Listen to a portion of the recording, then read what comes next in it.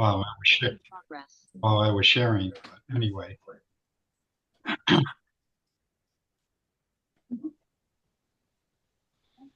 okay. Good morning, everybody. Thank you for showing up. Those of you, I apologize. I guess I should have been more observant about the fact that this is a holiday today. So I appreciate you all being here. I didn't mean to be disrespectful about the holiday. So just FYI. On the other hand, since I will be gone while we're talking about it, I will be gone traveling next week. Actually, I'll be traveling through July the 10th, but I will be traveling actually in transit next week. So there will be no meeting next week. The following week is July 3rd, and then the 10th I'll be back online again, even though I will be traveling. So anyway, that's that. So I want to start with welcoming a few new people this morning. Uh, excuse me, Scotty, you want to kick it off, please? Certainly. Thank you, Steve. Good morning, everybody. I am Pastor Scotty Ward. I am currently on administrative leave from the federal government. By the end of the year, I must retire. So I'm sort of looking for opportunities around here. I've been in IT for 35 years and cybersecurity for at least 25 of those. And I am also the founder of the Cybersecurity Sensei mentorship program, where we help anyone, regardless of age or experience level, get entry-level cybersecurity jobs. I and my wife live down here in Green Valley, and I also teach cyber safety issues to any group in Arizona that'll have me. I'm very, very enthusiastic about helping people be more safe online. So that's my calling right now, is to get to as many people as I can, help them save their their money, their resources, and in many cases their reputations. So it's great to be part of this group. Thank you, Sep, for inviting me. Great, thanks, Scotty. Welcome. Joe, you're part of the gang here, so we'll hear from you a little bit later. Um, and let's see, who else? Matt, of course, well, you were here last time, but we'll also be hearing from you in just a little while. Um, excuse me, I just lost somebody here.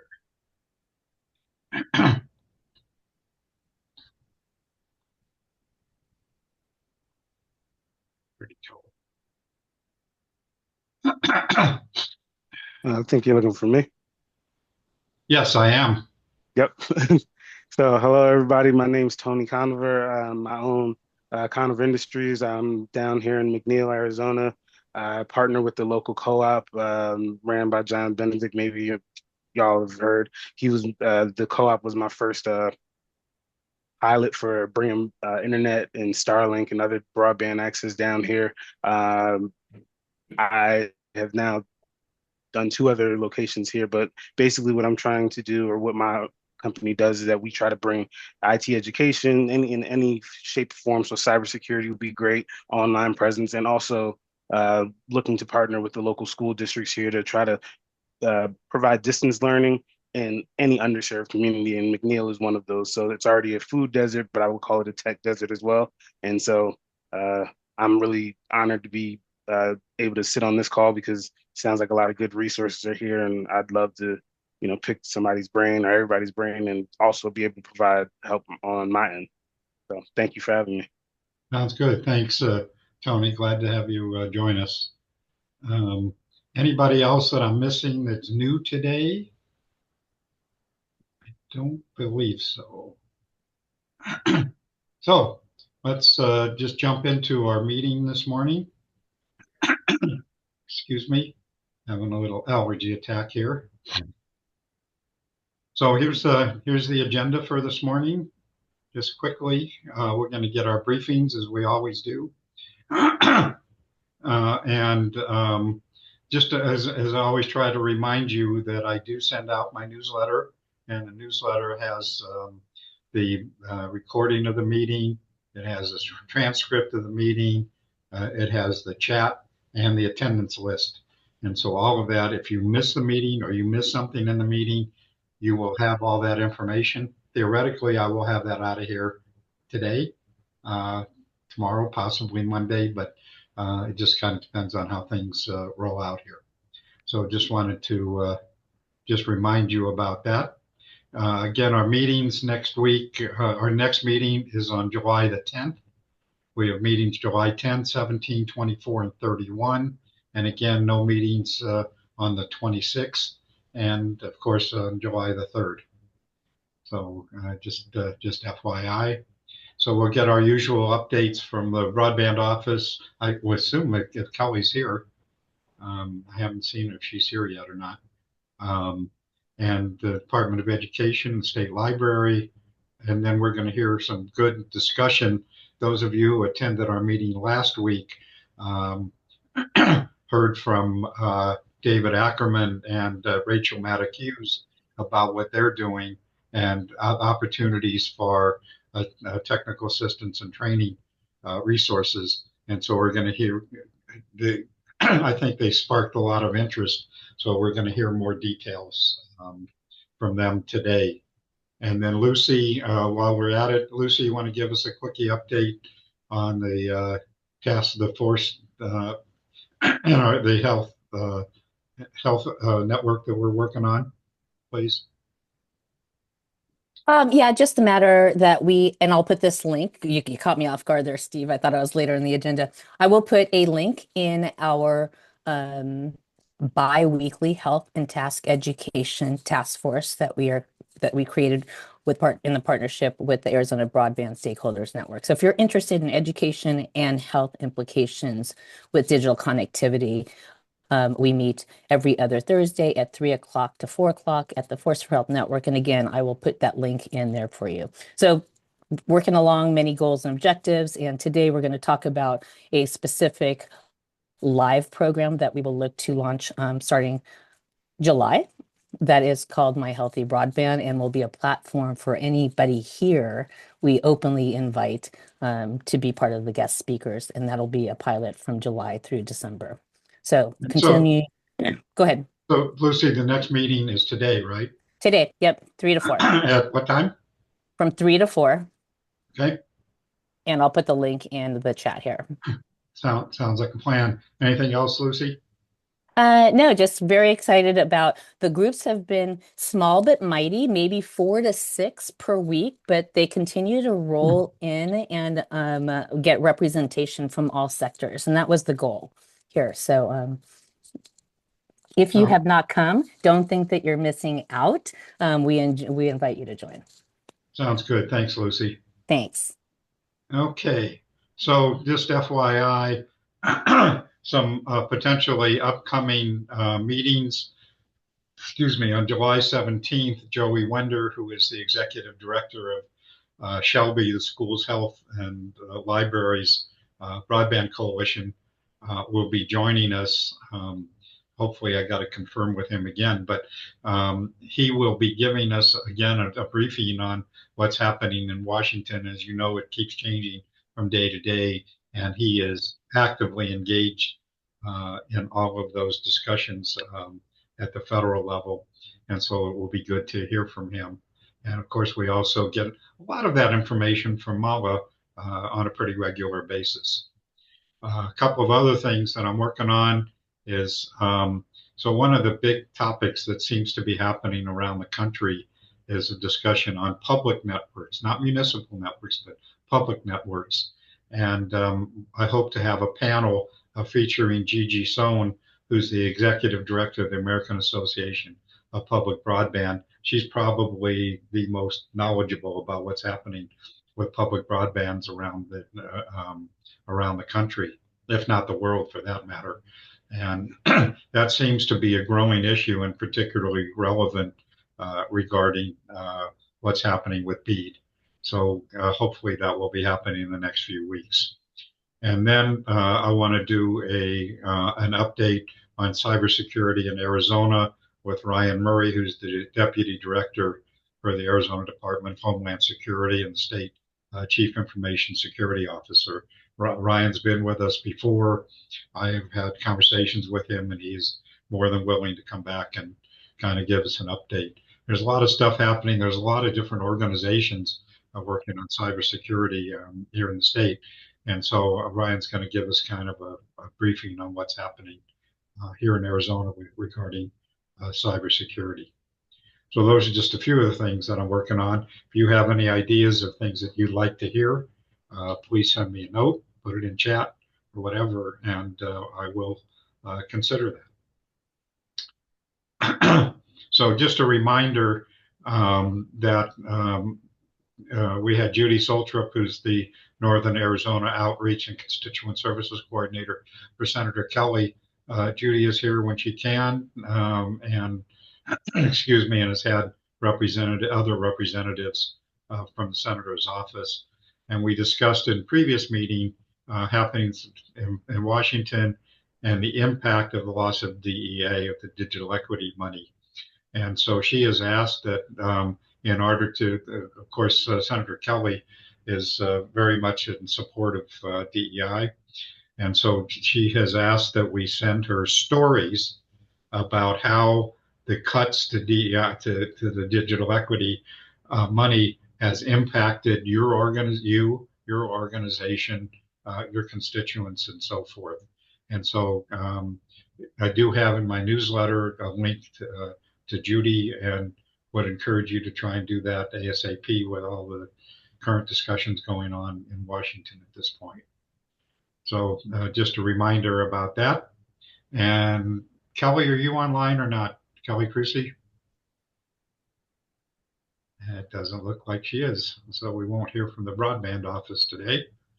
I don't know if there's anything new to report at this point in time. Steve, this is Yeah, go ahead, Mark. So they are in the middle of a specific request to unlicensed fixed wireless providers to confirm by this Friday whether they intend to submit evidence that their previously declared broadband serviceable locations with 100/20 unlicensed service as of their FCC 477 filings that were current as of December 30th, 2024, that they intend to claim those locations as being served. So on the Commerce website, there is a couple of paragraphs about that.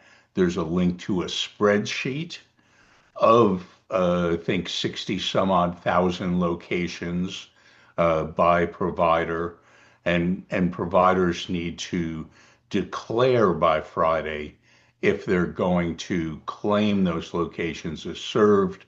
Then they will have another week or so, with guidance still pending, to prove that, to validate that with both some narrative and maybe propagation maps.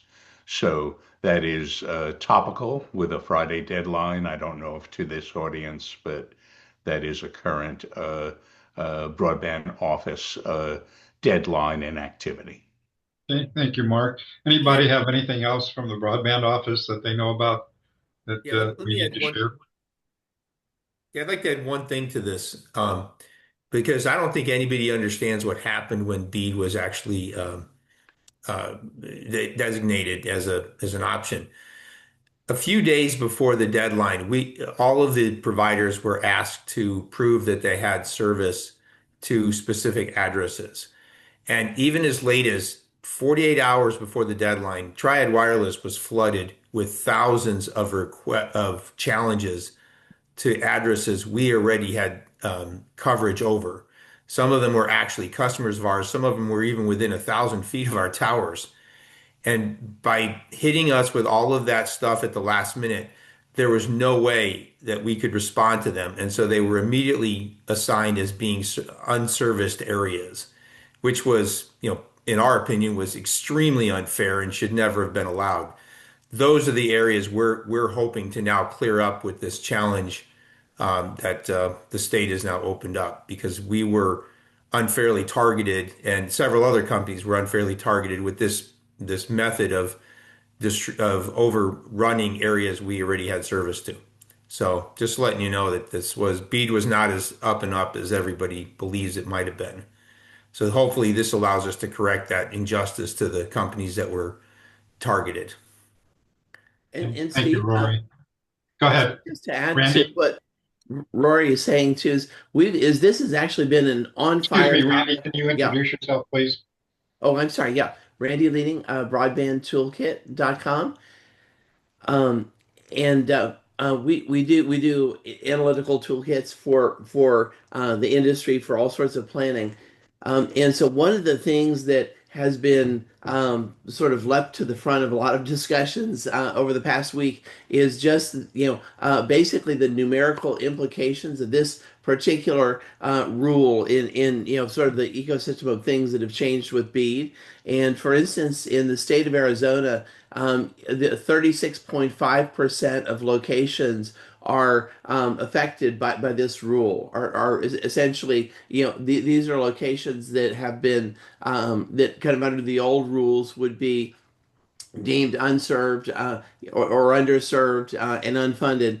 So if you allow unlicensed fixed wireless, which the rules do, with a few caveats, it affects 36.5% of locations. And what makes it also even more interesting is just on a county by county basis, it's big. For instance, Pima County, 87% of locations are affected. Maricopa County, 49%. Yuma County, 60%. So and across the country, it varies widely. The average numerical impact is about 13% nationwide. And so we're about to publish some stuff and have tools and so forth. So anyone who wants to run the numbers, we've got a lot of resources, and I'm having conversations every day with different states to help them think through what's going on. Randy, Thank you. that's amazing. Apima was one of the areas that we had the biggest complaints over. Huh. Right, Randy is right. In round one, there were 192.8 eligible locations. Now 69,000 of them are up for the potential of being claimed by unlicensed wireless providers and taken off the table. I have to assume not everyone will be responsive or even, care or pursue it. But Randy's 36% or so does translate to the 69,000 of the 192.8 thousand original locations. So, Okay, thank you, Mark. Anybody else want to chime in before we move on? Okay, if not, let's move on to the state library. Holly, Mala, and Mala, I'm sure you probably have some other stuff regarding what's happening at the federal level, but Holly, do you have anything that you'd like to share, or Mala or Anthony? I think Mala can talk about E-rate for us. Okay, Sure, I will. E-rate, we've received a commitment. Okay, I'm Mala Muralidharan, the state E-rate administrator for public libraries. good job, Mala. Thank you. I put a note to myself to introduce myself, and I just ignored it. I went straight ahead. Okay. The state has received so far a commitment of 22 million for this year out of the 90 million that we applied for. So it's still ongoing. It's early days still, and the commitments will roll in through the year. In fact, there are some commitments for last year and the year before that are still being reviewed. So the one thing that we need to note is that for category 2, which E-rate has category 1 and category 2. Category 1 is internet connectivity to the door for schools and libraries, and category 2 is internal connections within the school and library.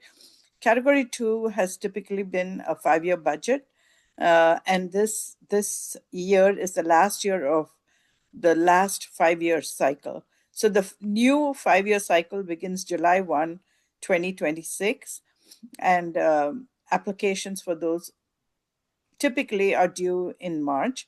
They're changing some rules and regulations regarding the Category 2 application. And the positive stuff is that the funding floor, which is capped for each school and library, for schools based on the school on the head count, and for libraries based on the square footage. The funding floor, the minimum that a school or library can get, has increased from 25,000 to 30,000. This is over a 5-year period. So and you don't have to apply equally for each year. You can apply 1 year for the whole amount, or wait till the last year and apply for the whole amount, or spread it out however you want. So that funding floor has increased, and the budget multiplier for the square footage or for the number of students, that has also increased, which is for libraries, it was $4.50 per square foot, and that has gone up to $5.43 per square foot. For students, for schools, the multiplier has gone from $167 per student to $201 per student.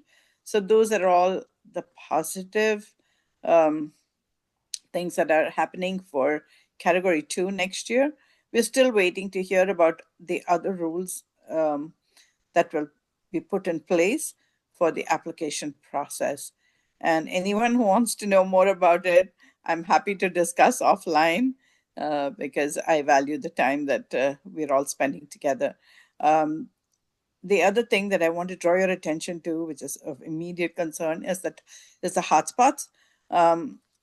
Hotspots was introduced into the E-rate program by Jessica Rosenworcel before she quit from FCC, and there is a debate going on about whether it should continue as a part of E-rate or not. This week, Congress is going to take a major step in ruling for or against it. They are doing what is called a CRA, Congressional Review Act, which allows Congress to repeal this, and by a simple majority in each chamber, ruling out a filibuster in the Senate. They already successfully passed it through the House. It's going to the Senate this week, and it will, if this is repealed, then we cannot introduce hotspots through E-rate again through this program. So that is something we're watching out for. We're also watching out for the Universal Service Fund, which the Supreme Court had a hearing of the oral arguments for and against it. It was FCC versus Consumer Research case, which was challenged in March. The hearing has happened already, and end of June was when they said the Supreme Court would let us know the decision. Today is a decision day. Friday is another decision day. They usually come out with their decisions on Wednesdays and Fridays. So we're waiting to see what happens in that case. Again, if anyone wants to know more about it, I'm happy to discuss it offline. Okay, Steve, I think that's all I have as far as E-rate and Universal Service Fund. So Mala, did I understand, and I hope I didn't miss it, I believe that the bipartisan, bicameral USF committee has been reconstituted and is meeting as we speak. Is that correct? That's correct. That's under Senator Lujan. Yep. It was in effect till a few months ago, and then they adjourned, didn't make any conclusive reforms. That committee was not for or against the Universal Service Fund, but it was more for the reform of how the contribution happens. Now, as we all know, the contribution factor is It's been disputed. That's another aspect to the Universal Service Fund. This is a small amount that each of us pay if we still continue our landlines. It's a small fee of about $3 to $4, and all of that money is collected centrally and then redistributed to schools and libraries through to the other programs like Lifeline and Rural Health through USAC, the Universal Service Administrative Company. Now, the contribution factor has been going higher and higher every year. FCC just declared last week the contribution factor for the next quarter. It's going to be 36%, which is a lot for the landline service providers to pay into this pot. And the factor is going higher and higher because there are fewer of us that have landlines. So the contribution reforms have been a topic of discussion for the last couple of years, I want to say. And there have been many, many write-ups and reports on how this could done more equitably, like charging the internet service providers rather than just the landline. So that's the reform that Senator Lujan is spearheading. So we will wait and see what happens when that committee meets and when we get a report back from that. So if I'm not mistaken, that I think one of the biggest discussions about USF is whether the edge providers should be contributing to the fund. That's right. That's right. So that could be a possible solution. It could also, there are other solutions that have been suggested as well. Okay. Thanks, Mala. Any questions for Mala? Michael Kendall, while you popped up here, do you have anything with the Department of Ed? Yes, this is Michael Kendall. I'm project manager with Arizona Department of Education, and I help to administrate broadband expansion within our office. We focus on the special construction portion of Category 1.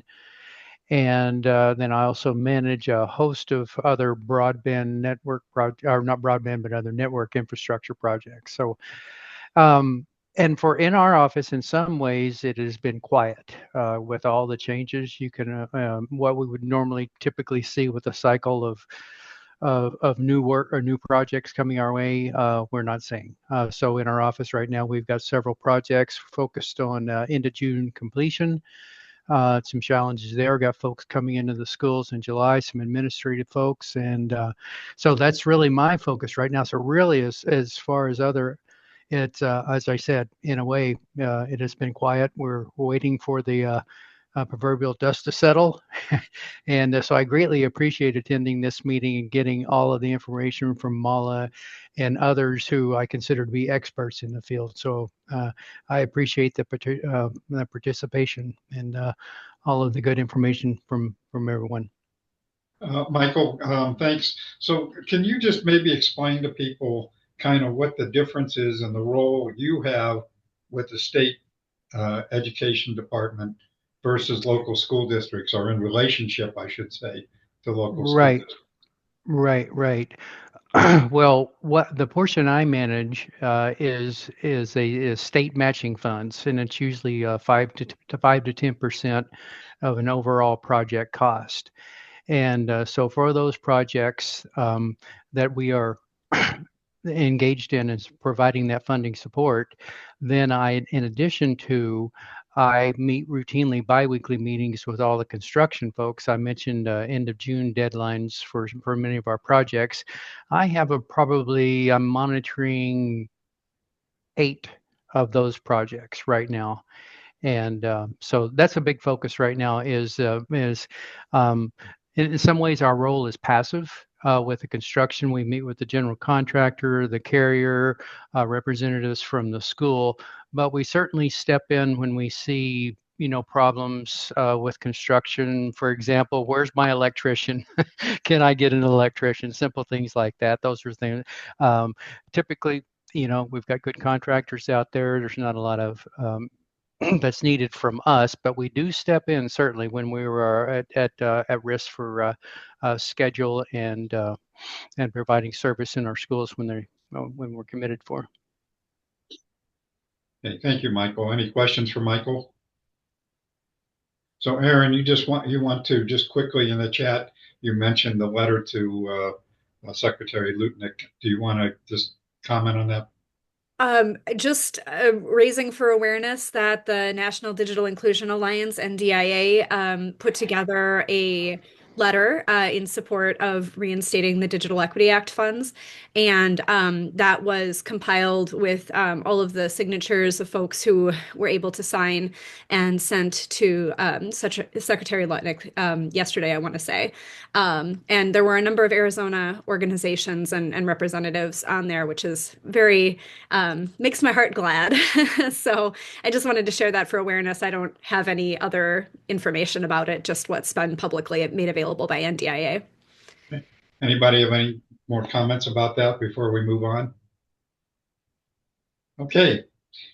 Well, I think that may be all of our updates for the moment. So let's get into our agenda this morning. And as I mentioned earlier, that last week when we had discussions about all the changes happening to BEAD at this point in time, that David Ackerman, who's the CEO of Ackerman Consulting Group, and Rachel Maddock Hughes, who's the CEO of Rural Prosperity Partners, kind of gave us a quickie introduction to the services that they provide to help people with broadband planning. And so based on the response I saw about them and their capabilities, that I thought this was perfect timing to bring them back and to have them do a more detailed update on the work that they're doing and how you can take advantage of their services.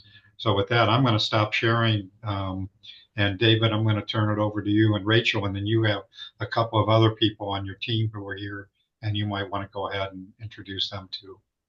Please. Absolutely. Thanks, Steve. Hey again, everybody. My name is David Ackerman, CEO of Ackerman Consulting Group. I've got a small crew on here today. One of my teammates, our partner, Rural Prosperity, we've got a couple of them on too. Last week, we went over at a high level what we've got going on here and how we can help with broadband aspirations throughout the state, most pressingly BEAD. We work with communities, tribes, rural ISPs, really just about anybody who's in the broadband space or is looking to get in it. While I'm pulling up the PowerPoint, I'll go ahead and pass the intro over to Matthew, and then the Rural Prosperity team can go ahead and jump in. I'll pull up the presentation right now. Yeah, thanks, David. I got to introduce myself a little bit last week as well. I work with David over here at ACG in our COO role, and very excited with the news of the VTA grant that we'll share here in a little bit, and hopefully getting to, like David said, help expand broadband across Arizona. Rachel? Hi, everyone. Good morning. Yes, I'm Rachel Maddock Hughes. I'm the CEO of Rural Prosperity Partners.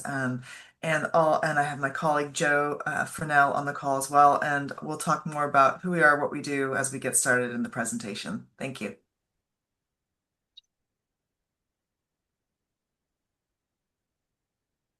All right. Can everyone see? Yes. Yes. Great. So just a real quick overview intro. What we're talking about here is BTA. I'll go into the specifics, but it's a RUS grant. And Ackerman Consulting Group was awarded it, and we're partnering with Rural Prosperity Partners and to create a holistic package for us to assist broadband needs. We'll go into what each group does, and you'll see why we're partnered, because to create that holistic assistance to develop grant applications, programs, training, engineering packages, whatever it may be, together we can create that full package. So Ackerman Consulting Group is an engineering consulting group. Like I said, we're here to help communities, tribes, rural ISPs, anyone who's really in the broadband space or trying to get into it. We have worked on many grants, very high success rate, 75 million currently secured in broadband grants for our clients. A little bit about the engineering that we've done, over 500 miles, 7,500 plus homes connected, and that's all in rural America. David, can I interrupt for 1 second? Absolutely. Do I have everybody on your team spotlighted now? I think so. So you and Rachel and Yep. Joseph and Matt. Is that That's right. everybody? That's everyone we got on right now. Yep. Okay. Sorry. Go ahead. Rachel, can you tell us a little bit about Rural Prosperity? Yeah, so Rural Prosperity, we're based in Oregon, and we are a technical assistance firm, and our whole MO is to help rural communities secure private, state, and federal funding to help them have thriving communities. And so we have a very large focus on broadband, but we also do other kind of grant writing, et cetera. In terms of broadband, we've helped secure almost $30 million in grant funding, and that was primarily focused in Oregon. And that was through the first Broadband Technical Assistance Cooperative Agreement in the US through RUS. And we've done about $50 million altogether for the communities that we've worked with over the last 5 years. And we really focus in, and you'll see this in kind of the package that we're doing through the BTA award. We have a really capacity building approach in working with our clients. Thank you, Rachel. All right. Any questions before we move on about ACG or Rural Prosperity? All right. So why are we here? We're awarded the BTA grant through RUS. This was a program that was launched in 23, $25 million made available. The goal is to provide technical assistance to ISPs, tribes, communities, any eligible entity who's looking to deliver broadband. We are here to help with technical assistance because we were awarded that grant. Being a RUS funded program, eligible projects must promote broadband expansion in rural communities. You will see as we go into more of the details, the specific communities that were eligible and that we were awarded to assist with. We'll get into that a little bit later.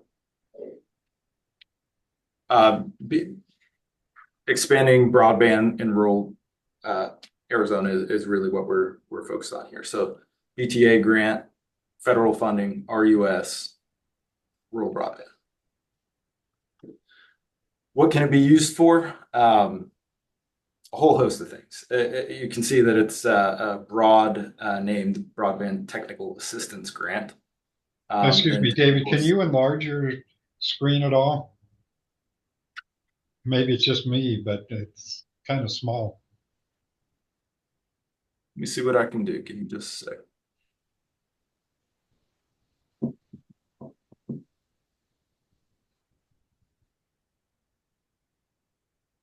That's better. Everyone see it better? Yep. Yes. Excellent. Thank you, Steve. I think it'll be even bigger if you go into presentation. That's what I was, and it was. Oh yeah, you're right. That's weird. It goes back to the small one. I've got one of those big screens. That's probably what it is. So we'll leave it here. Please chime in if you have any questions, anybody. Make it as interactive as possible. I've got a lot of information to go through, but more meaningfully, your questions will probably help narrow down what's important to you. So we'll leave time at the end, but chime in if anything pops out to you. All right, like I was saying, technical assistance, so feasibility studies, engineering, permitting, compliance, planning, community engagement, training, financial feasibility studies. Really, and rural prosperity's part, a big part of it's going to be that outreach and helping the funding, the actual grant applications, outreach, really getting communities to be funding ready, along with the grant applications. One big point that I want to make is of all these things that it does help, it does not cover any actual infrastructure. So typically the grant that you're writing is going to cover that infrastructure. The grant that you're trying to apply for will cover that infrastructure cost. BTA will not cover any of it. So it's a good bit of anything but. And I've had a few people reach out after last meeting. That's what we need to do. Every single case is going to be slightly different. So let's have one-on-ones, reach out. I'll have the contacts on here on the last slide, and we'll set up an independent meeting and really kind of run through what specifically your group needs or what we can help with. All right, so again, ACG was awarded the BTA grant, and we are partnering with Rural Prosperity to create that holistic package. The goals: broadband expansion, increasing broadband access to rural and unserved Arizona, ISPs, communities, tribes. We do in fact have one tribe who's interested. So that's going to be the first for BEAD through BTA. That's going to be our first partner to work through BEAD. Funding success. What does success mean to us is really what this is saying. And to USDA is generating 25 to 50 million in broadband funding applications. So we really want to, really 5 to 10 applicants, partners that throughout Arizona that we can work with and help apply for BEAD or other applications, any kind of design, whatever it may be. That's what success is to us.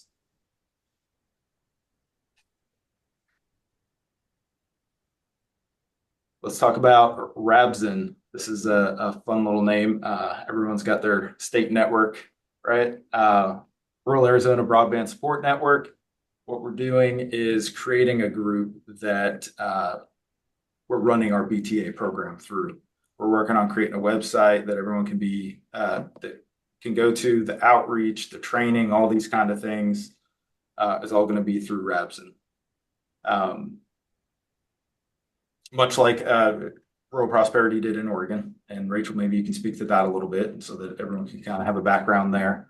Yeah, absolutely.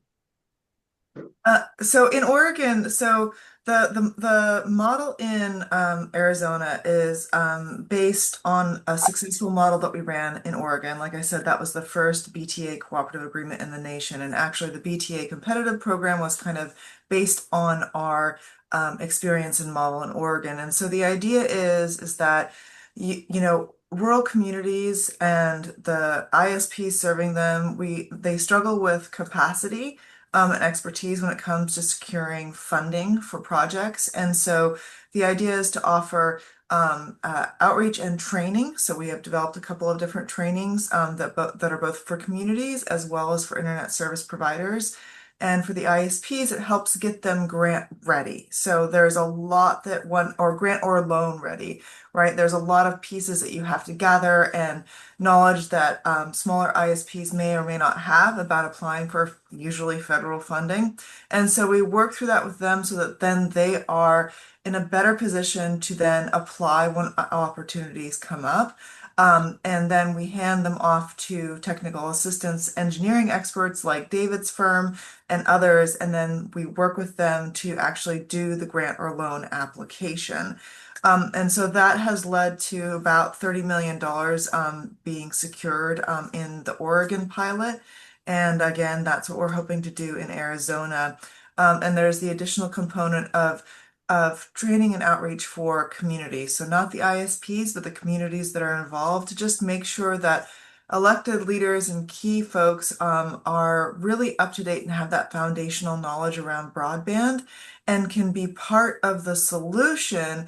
Also, when it comes to support, so when it comes to supporting grant and loan applications from local ISPs, and also supporting rollout, so actual deployment once those grant and loan dollars are in the door. So that's kind of what the model is based on. Questions? Thank you, Rich.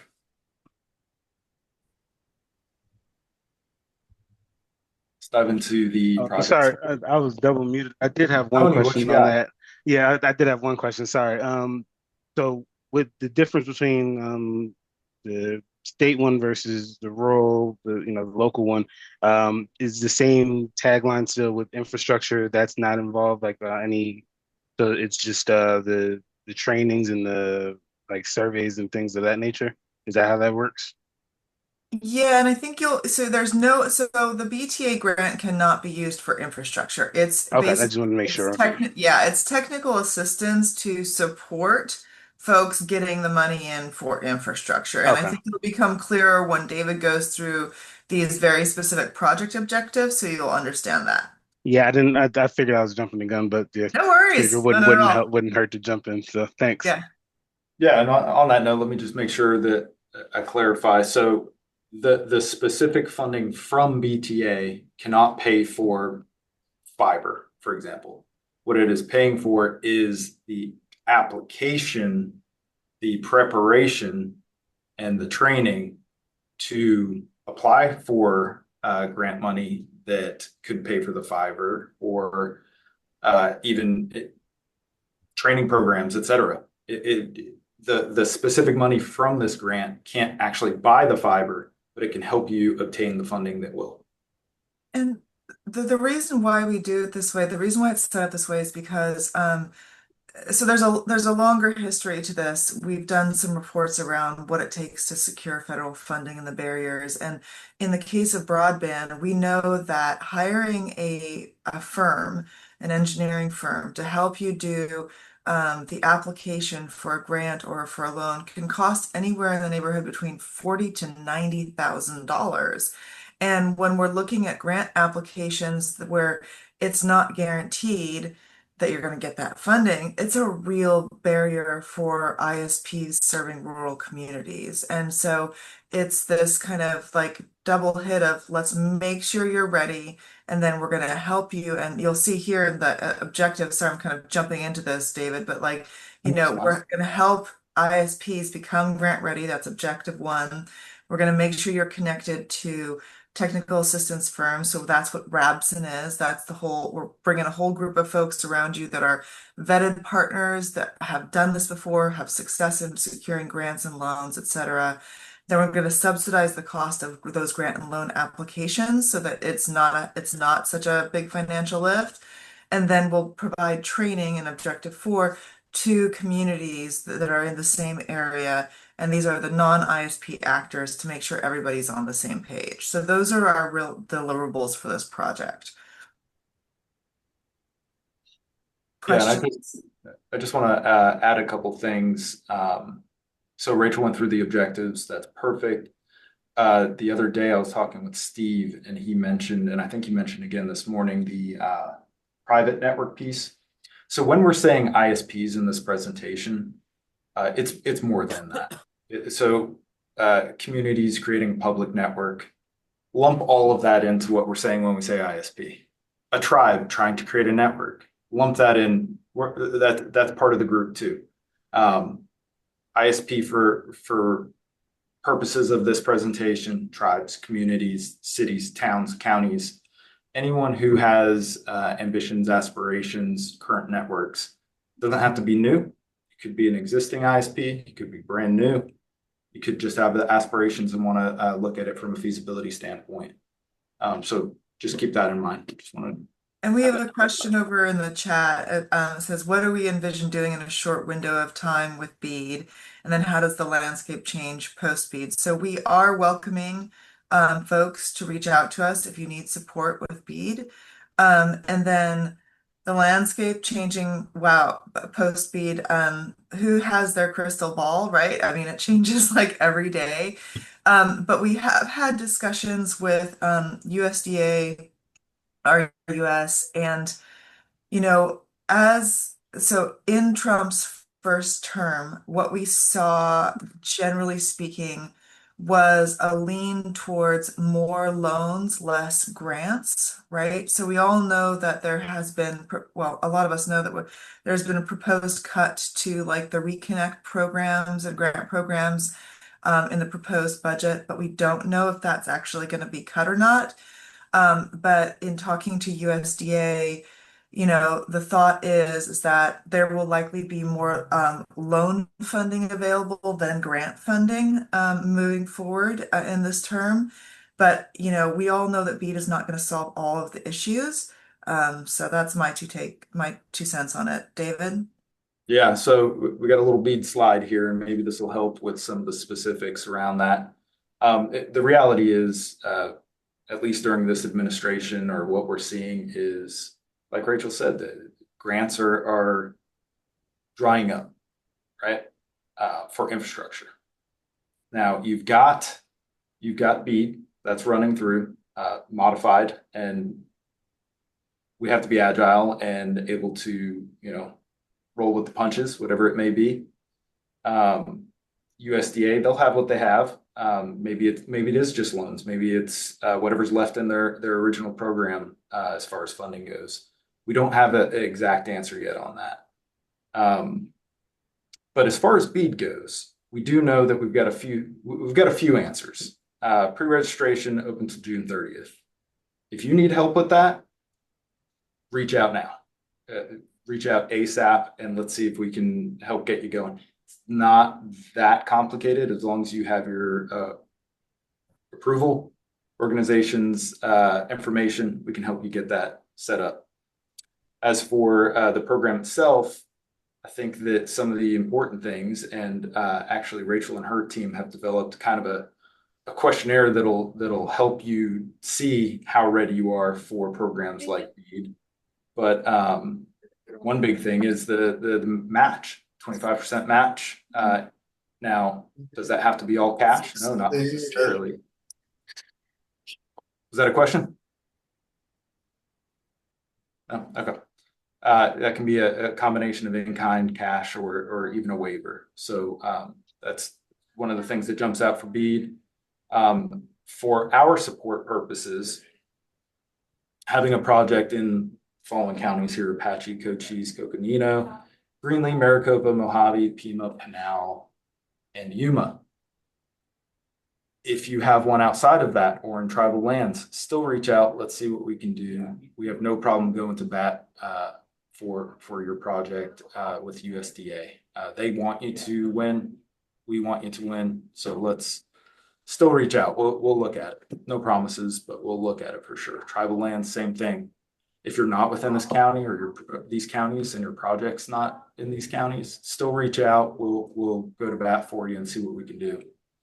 The pre-screening support, that's what I was talking about, that Rural Prosperity put together. We've got, of course, the technical grant writing assistance, make sure your applications are strong, subsidized. Rachel kind of already went through these. I'll just repeat it for everyone's info.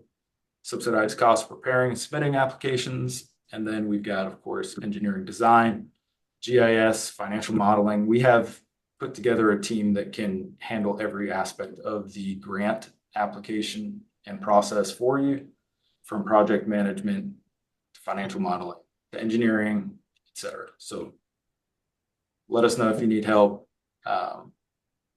Did that answer the question that was in the chat? Was there more? I can't see. And just to chime in really quickly too, so we are just getting this launched. So we will actually run a structured like kind of training program, pre-screening program here in the future, and the same with like outreach and training for communities. So the reason why you're all getting this right now is because we know that BEAD is top of mind, right? So we'll be coming out with dates and all that sort of stuff here on the rest of it. But for now, we can help with BEAD if you reach out to us. And this is Mallory, to answer your question. This is just for Arizona. So this project and specifically the project areas that we have listed. If I could ask a question real quick, Gordon Fuller, Tucson Plan Systems. I wanted to inquire about your considerations regarding 6G, particularly with respect to rural and tribal communities. The infrastructure will need to upgrade over the next 5 years for the 2030 goal of introducing 6G. It has such more broad-reaching implications for community in every respect. I work on the side of the desk of spatial computing and Web3. And so how could your program help setting up for that? Because 5 years is going to go by in a blink. And I would like to see people getting trained in spatial computing and other spatial mapping technologies, things like that. Could you help with that? Gordon, I would have to look at the specifics and probably have an engineer on. It looks like Rachel's got some comments too. But if it's helping rural broadband, I think it could be covered in this. Rachel? Yeah, I don't know. I think we'd have to get more specific information about that. So again, the focus of this is getting folks ready to apply for grant and loan funding, subsidizing the cost for that grant and loan application, and training up communities on like just foundational knowledge of broadband, and very importantly, what role they can play in speeding up deployment or securing funds. So if there's something within 6G that falls within that, we could definitely have a conversation. So Gordon, I think the short answer is reach out when I put the email and everything up. If you can reach out to us, give me more specifics. I'll have an engineer take a look at it, and we can discuss it in more detail. So David, can you maybe recap, you and Rachel kind of recap about how do people apply to you? Are there any match requirements, any other requirements about who can and can't apply? I know you talked about that pretty much anybody, any excuse me, ISPs, communities, and so forth. But just to kind of again recap, who can apply, what the requirements are for them to apply to you. Are there any match requirements and so forth? Yeah. So who can reach out? Right now, like Rachel was saying, we're focused on BEAD is just the #1 priority. We can't really get ahead of it just because of the timing that the BTA grant was awarded. It was right in the middle of Arizona's BEAD program. So we're trying to help with, all the different changes and everything, and just get out there and assist with BEAD. So as far as what can we help with, I think that's probably the most important aspect of how we can help. Who can we help? So anyone with rural broadband projects or aspirations that are in the counties that we had listed. Now, your company doesn't have to necessarily, or organization doesn't necessarily have to be in those counties. The project does, or the research does. You're a tribe, for example, that spans over multiple counties might have a project in Navajo County that we can help with, even though the tribe's not necessarily located in there. So I'm just trying to give you an example of one that we've actually talked to. I'm trying to think what other question. Matching. No matching. We can't. Go ahead, Rachel. Yeah, in matching, so you have to have the funds available to apply for a grant. And if that grant requires a match, the person applying has to have it. We're not subsidizing the match cost. So we're just subsidizing the application cost. So you have to have those funds available for this. So for using our program though, which Steve, there's two different ways. That was the question. To use our program, no, there is no match. To apply for certain federal programs, like Rachel's saying, the match for your entity will be the match for your entity. That's just part of applying, and the subsidized BTA program will not cover that. But working with us, there is no match requirement. And we have a couple of questions over in the chat. So no, this bill, this does not allow for workforce development training. And then there's another question around, is the consulting purely focused around grants and loans? Yes, it is. And then there's Mallory, you have another question. Is this funding through BTA you received guaranteed given the possibility of Reconnect being cut? Yes, they're coming from different sources. So we have these, we've signed the papers. I mean, as much as anyone has a crystal ball right now, right? So yeah. Yeah, so we have received the release of funds. So that's as far as you need to go with obtaining grant funds with the federal government. So Rachel, I have two questions. First of all, David, do you have any more to share, or can we stop sharing? And I think we can start other than the contact info. And Steve, I'll send this presentation to you, and you can distribute to the group as needed. And anyone who wants to reach out, please do, and we'll work with everyone on an individual basis because everything's a little different. I just wanted to open it up so that we can see everybody rather than just focused on the spotlights. And then the second thing is, Rachel, are you doing any kind of webinars, or because since training is kind of your bailiwick, if I understand correctly, are we doing any kind of webinars or anything that we should help promote that people can participate in? Yeah, that's a great question. So actually, can we shut down the share screen there, David, if you don't mind? Yep, once I figure it out. There we go. Okay, thank you. There we go. We will be promoting trainings. We are still working on the timing of those trainings. So again, there'll be kind of two groups. The one is for folks who are ISPs, excuse me, and as David said, that can be anyone who's providing broadband services, not just ISP, so tribes, cities, counties, etc. And so to help them get ready. And so we will be launching that training a little bit later this summer. And then there's also going to be the outreach and to the communities that are in our project areas. And we will be setting up, we're going to do a little bit of due diligence into how people would best want to, within those communities, receive training, right? Because we want to be responsive to their needs. So is it a webinar? Is it more one-on-one phone calls with local elected leaders? So we'll do a little sussing out of that. And then from the responses we get, we'll either create some webinars and trainings for that, or we'll do some one-on-one advising and meeting with folks. So, and by the way, the length of this project is 18 months. So that was a good thing to know. Okay, any other questions or comments for anybody or from anybody? If not, thank you all for being here this morning. I think, when we started with the Arizona Broadband Stakeholder Network years ago, and then of course now the task force, one of the things that we kept saying is we needed to have an entity that can help organizations to write grants, to find funding opportunities, and to write grants, because that's a difficult thing to do.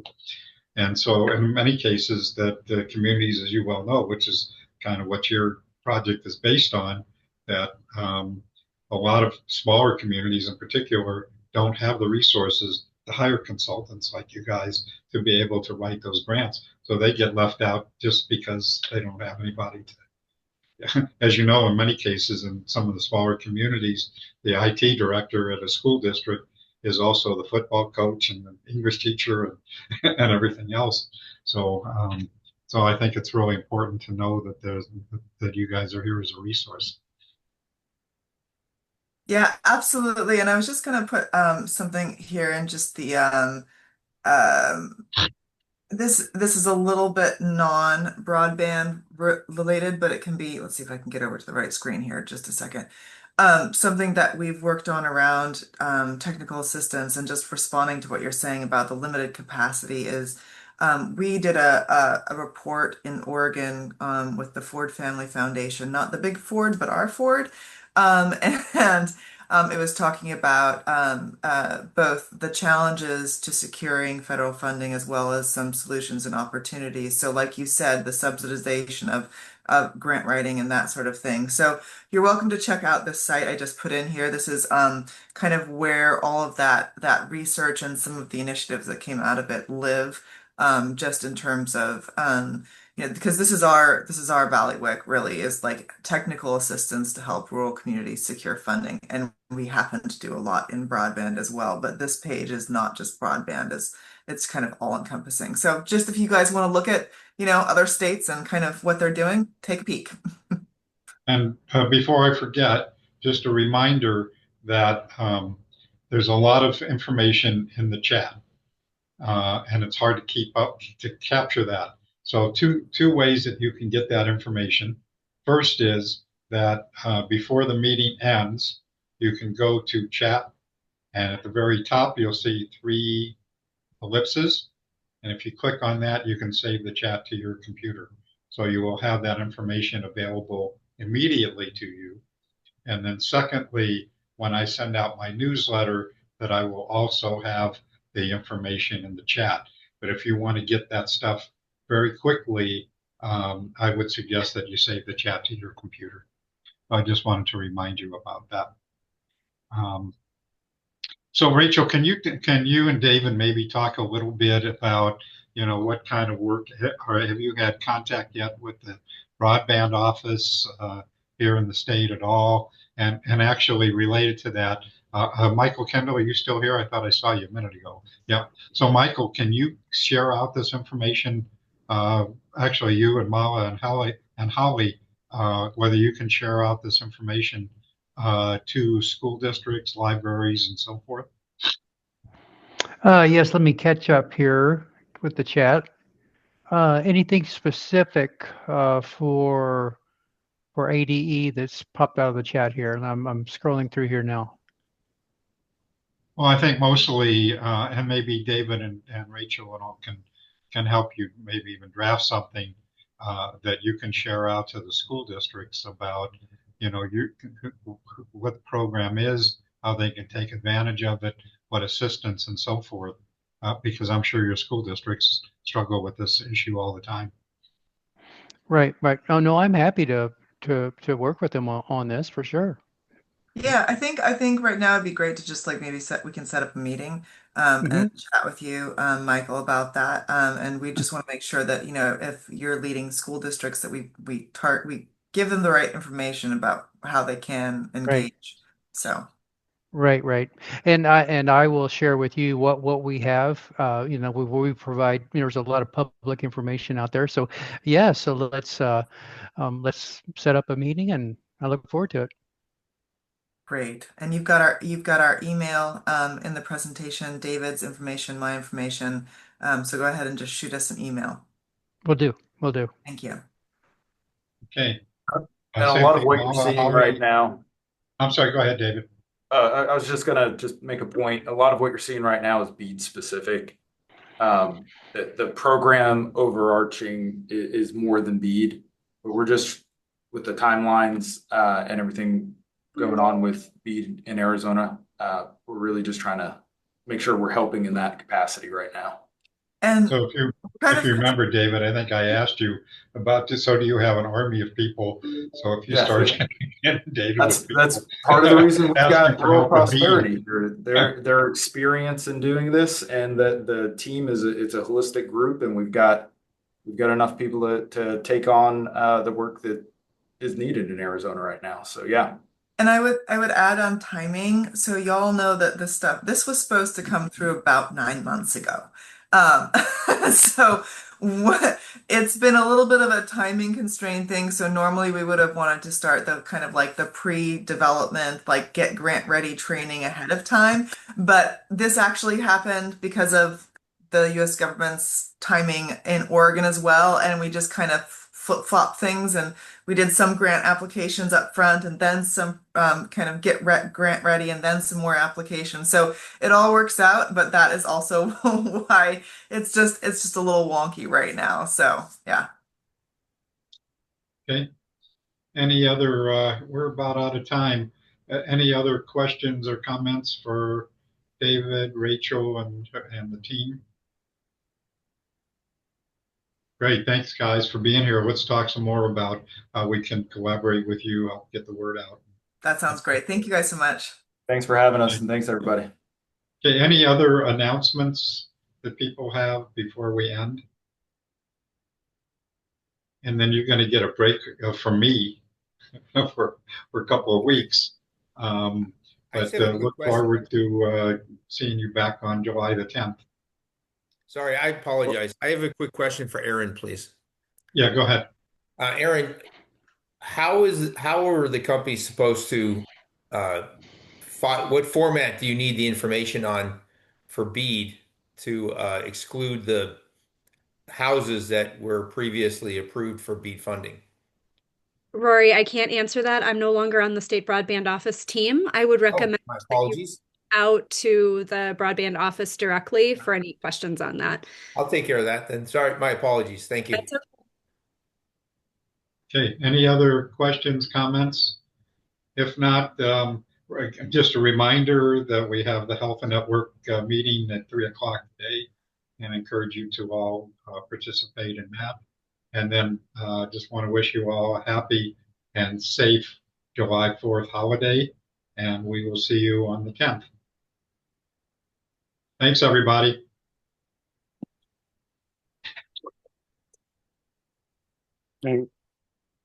Thanks, Steve. I'm going to So, stop Aaron, I do recording, and if anybody wants to hang around.